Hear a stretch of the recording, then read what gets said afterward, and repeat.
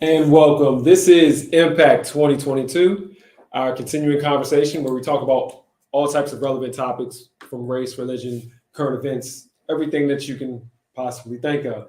And this is a conversation, as is always stated. Please feel free to join in the conversation and do that by typing your questions and your comments into the comment section. And as always, we jump right into it.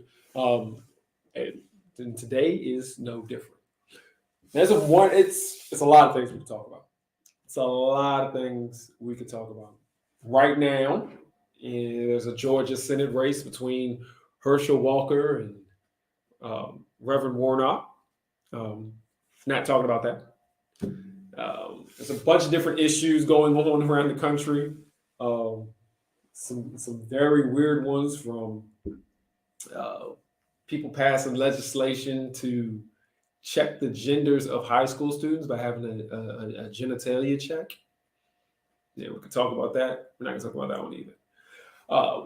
What we're going to talk about, surprisingly enough, is something that I'm very much not qualified to talk about, but drugs. One of the things that happened today was that Mitch McConnell, who is in the Senate, he's a senator, for those of you who don't know, he rejected the passage of a bill, or he rejected the pushing along of a bill that was to give the banks ability to fund marijuana. So marijuana right now is federally illegal. Banks cannot give loans to businesses, marijuana businesses. They can't grow their businesses or get loans if that's what they deal in. And that was a big blow. And thinking about that and thinking about the relationship of what that is, it's a big push right now to increase drug usage. Not all across the board, but drug usage when it comes to marijuana. And then some other recreational drugs as well. This is important because right now we're in the middle of a significant epidemic, a significant drug epidemic.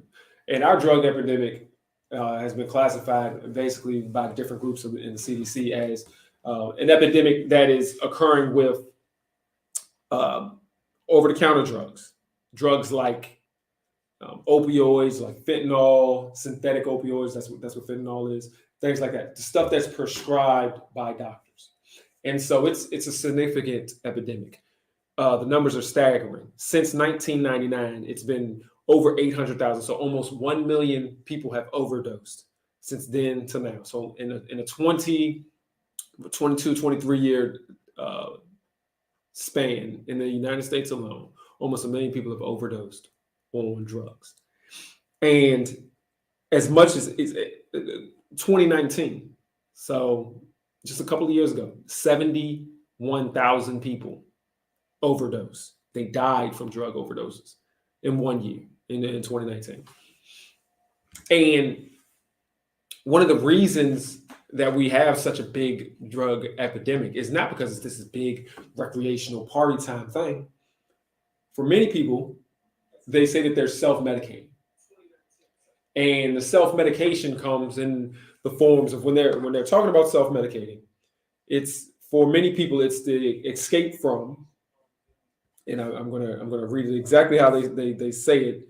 It's an escape from mental issues, from anxiety, from anxiety and other clinically defined disorders. And so, as we've been talking recently, we've been talking about a significant seriousness of mental health issues, and especially with the current environment that we're in. 2020 has exacerbated the amount of mental health issues and mental health challenges that people have on a daily basis.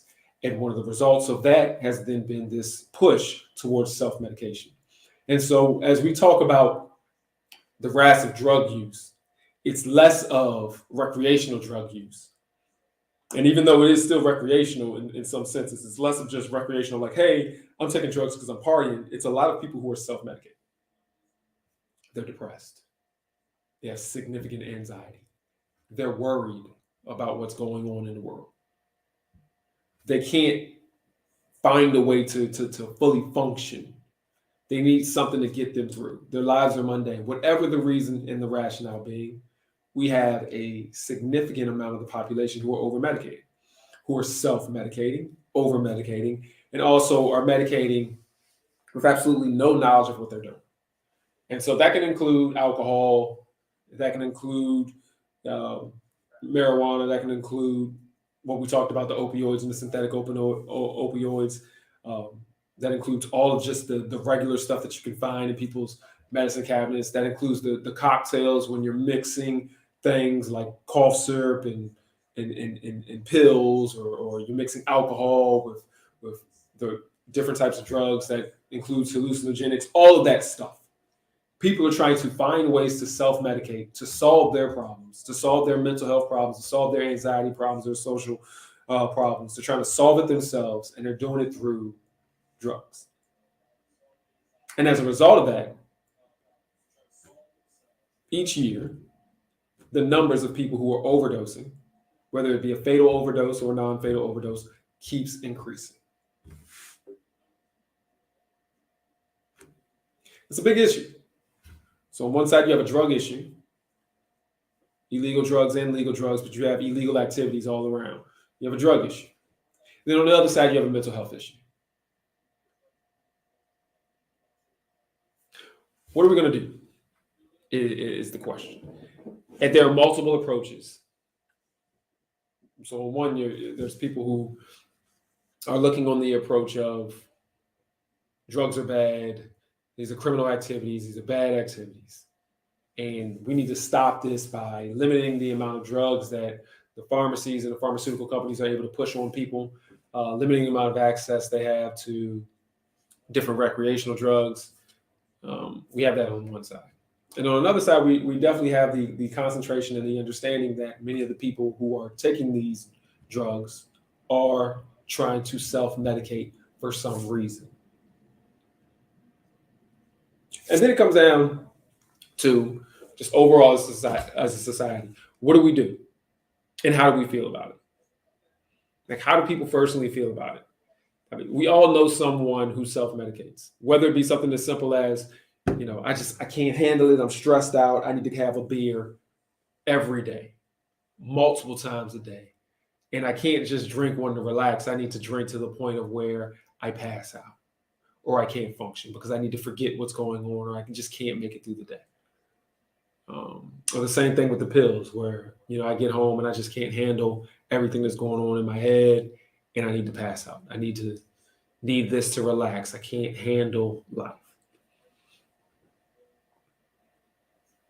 This is traditionally hasn't been a strong concentration of a lot of organizations and churches where we look at it from the mental health aspect. Or we look at it from the addiction aspect where we're saying, well, people are addicted and we need to help them get over their addiction, or people are strung out in their drugs. But are we looking at it from the sense of you're self-medicating? What are the issues that are causing you to self-medicate? What is going on in your life that's causing you to self-medicate? And then from a societal standpoint, where we look at why is the amount of people who are having mental health crises growing? And why is the need for self-medication growing? What is going on with our society and our world that people are getting so stressed out, that people's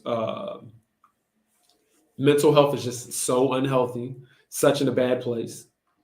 What is going on, and what can we do to resolve those issues? Now, I always have the easy answer that I go to, and it's not if you have an easy answer for a complicated situation, then you probably have the wrong answer. But when we're looking at what we have going on here, one of the questions is, what do we do? Is it my easy answer is we got to get people together. A lot of the mental health issues have been attributed to isolation from technology, and isolation from situations like COVID, in isolation from situations like work from home and things like that. And that isolation is causing a breakdown because we're social creatures in our mental health. That same isolation is the same reason that we're telling or asking people, hey, maybe you don't need to be staying home from church all the time. Maybe you need to come and be in a congregation and come and get with other people, because that isolation, the same isolation that's hurting people when it comes to their mental health, is the same isolation that's going to come to you, hurt you when it comes to your spiritual health. And medicating does not seem to be the answer. We have a comment here. We're going to read that. Medications are seen as the answer to most mental and emotional issues. The problem is that medication does not help cure mental and emotional issues. Yeah. Oh, yeah. And not only that, that's what people don't understand sometimes about these medicines. And again, I'm not a doctor, so I don't, and I don't pretend to be. But a lot of times medicines are there not for curing. Medicines are there to be able to help you get through. So, for example, we'll talk about a pain medicine, a codeine or type of medicine, Tylenol, or even other medicines like an Advil or something like that. These are pain relief. And so they don't help you to, if you had a broken leg, it's not going to help your leg heal. It'll just help you get through the pain associated with your broken leg. Or if you're sick and you're having a cold and you have a high fever, some of these drugs will help you break your fever, but it doesn't help you get over the cold. And so they're very specific about what they do. They deal with the pain, but they don't deal with the cause of the pain. So they help you deal with the pain, but it doesn't help you eliminate the pain or get over the pain or heal the pain. And I think that's what we're looking at right here. And so we have a lot of people who are dealing with pain. We have a lot of people who are hurt. And instead of dealing with their hurt, instead of dealing with the cause of the pain, they're using medication just to get by.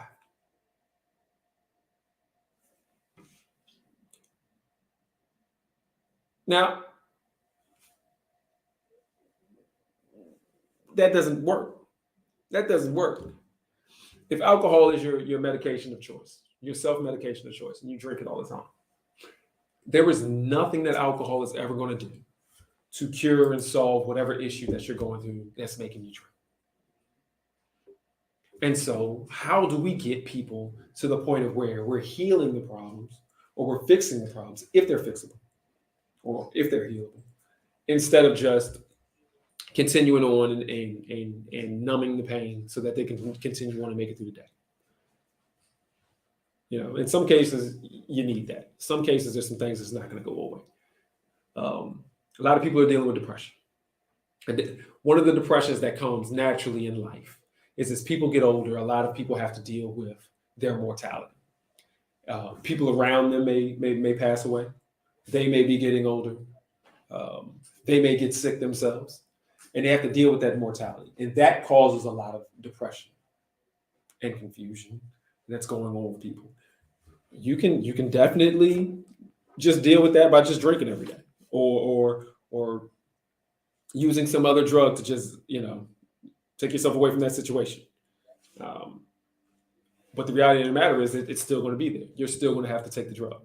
And we have time after time, we have person after person that we've seen, an incident after incident, where people are passing away because they're just doing something to numb the pain.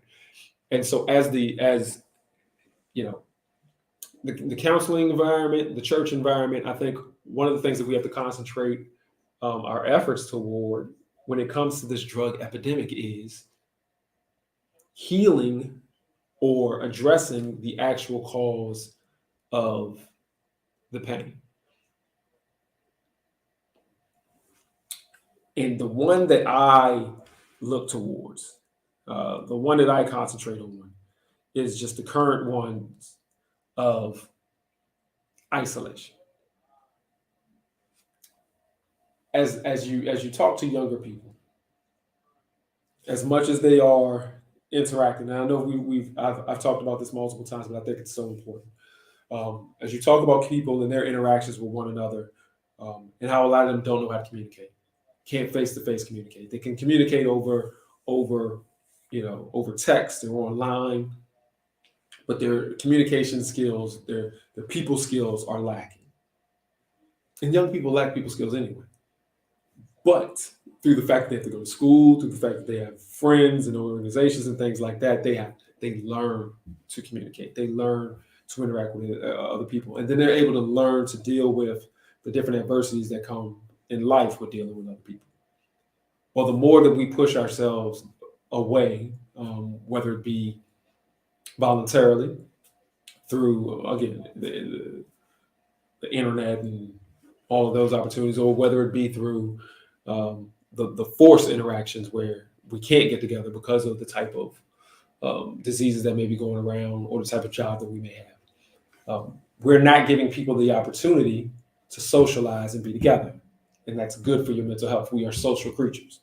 If you listen to anything that the scientists say, they will say that we are not isolation animals. We are more of a herding type where we interact. We're social creatures. We're social animals. And so that's it's a little bit more where we need to be. Also, the other part, when we're really looking at breaking apart, I'll give you an example.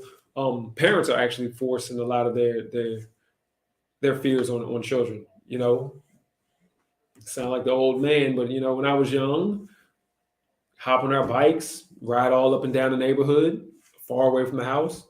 All the neighborhood kids are together, or you know, and we're just riding around, discovering, doing things. You know, maybe go in the woods and you know discover bugs and stuff like that. Nowadays, kids can't get 30 feet away from their parents without them looking around. And they have names called latchkey kids and things like that when kids are out here, you know, being out. And so now kids have to be in their house or with their parents in very organized and structured things and don't really get to do the socializing as well. And so that's just one part of the drug epidemic. But now there's another one which is a little weird, and it comes to acceptance. Now drugs are more accepted. You don't really have to hide as much as you used to. You know, right now, marijuana is becoming pretty much legal from state to state. But that's not the only drug or the only thing that we're looking at.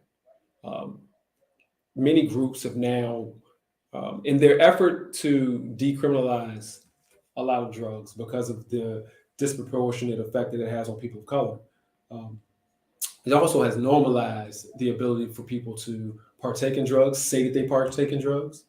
And there's also a push to just decriminalize drugs as it is, to make it so that, yes, people use drugs, different types of drugs, lethal or not, but they use them, again, for the reason of self-medicating. And so as things get more normalized, then people have more opportunities to use them, and then we'll choose to use them. But the problem is overdosing. People are dying, and people are dying at a high rate. And so as the church, what do? For one, I think we can't act like drugs don't exist, and we need to address that specifically. But I think we need to understand and address one of the main reasons. Again, this is not a situation about addiction. It is and it isn't. It's not a situation about addiction. This is not the same old. Well, all those people, they just hooked. Some people are self-medicating because they have an issue that they can't deal with and don't know how to deal with or don't have the tools to deal with.